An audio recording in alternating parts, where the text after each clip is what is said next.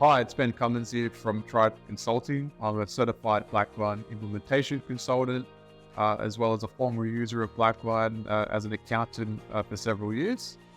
Today, I'm talking about managing your risks using BlackLine, specifically how preparers can utilize item classifications to enhance your organizational risk profile view. Firstly, a bit of background on what supporting item classification is in the context of BlackLine. When adding a new supporting item to a reconciliation in BlackLine, BlackLine allows preparers to classify supporting items under three main categories. Firstly, list component. This component is the most commonly used classification by BlackLine preparers, as it indicates that the supporting item they are adding to the balance sheet rec is correct as it relates to the GL balance.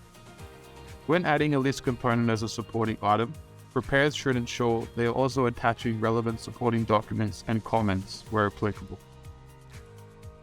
The second type of item class is timing item.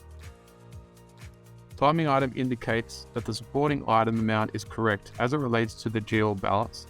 However, the item arose out of timing differences between underlying support systems. No adjustments required.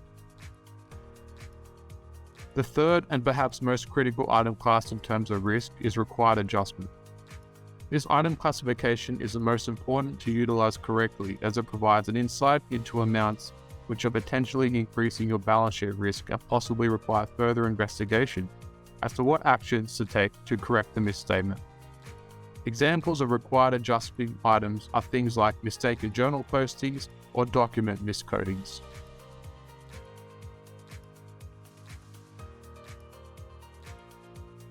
In BlackLine, you can enable an optional setting that allows the preparer to populate an action plan after they have clicked Required Adjustment on their supporting item, which includes measures such as action date, assigned person, and a description of the action taken. In my experience of using BlackLine, we use action plans to ensure required adjustments were moved out in a timely manner and to hold preparers accountable for this. Each month, our CFO would run a report from BlackLine listing all required adjustments and their action plans and dates and aging. Required adjustments could only remain on the balance sheet if a good or reasonable explanation was provided. In addition to reporting, you can also use real-time supervisor dashboards in BlackLine to get a snapshot of the value of required adjustments in a certain period and their aging, and drill down into the detail of what constitutes each amount. These dashboards are editable, similar to pivot tables, so there are multiple views you can set up to see different cuts of the data.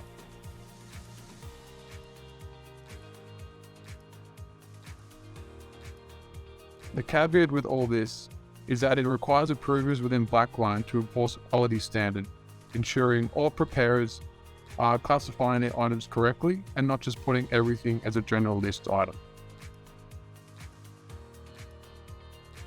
Now to play this through from start to finish, I'm currently logged in as a preparer in my BlackLine instance. I'm going to go ahead and add a new supporting item. This item represents a journal miscoding. So therefore I'm going to select required adjustment as my item class, given that an action is required and this balance does not belong in this particular account. Now that I've selected item class of required adjustment, I scroll down and add my description.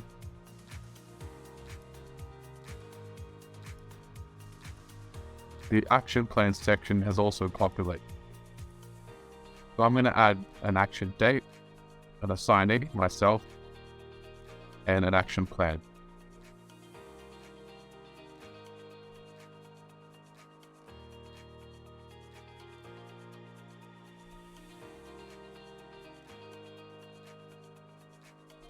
If you like, you can attach a supporting document to support the item. I'm just going to click Save.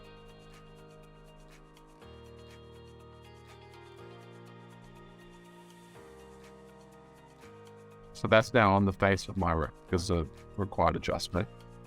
Also, again, as a preparer, I'm now going to go to reporting. Now, keeping in mind, your view of this report is going to differ depending on your role. Financial managers will be able to see everyone's required adjustments in the entity they're assigned, whereas I'll only be able to see my own required adjustments as a preparer. I'm going to find the BlackLine report for required adjustments, click Run for the current period, and let's again click Run. We'll go to the report log,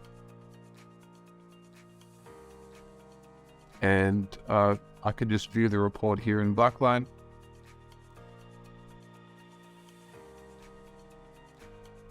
So now, if I sort by item open date,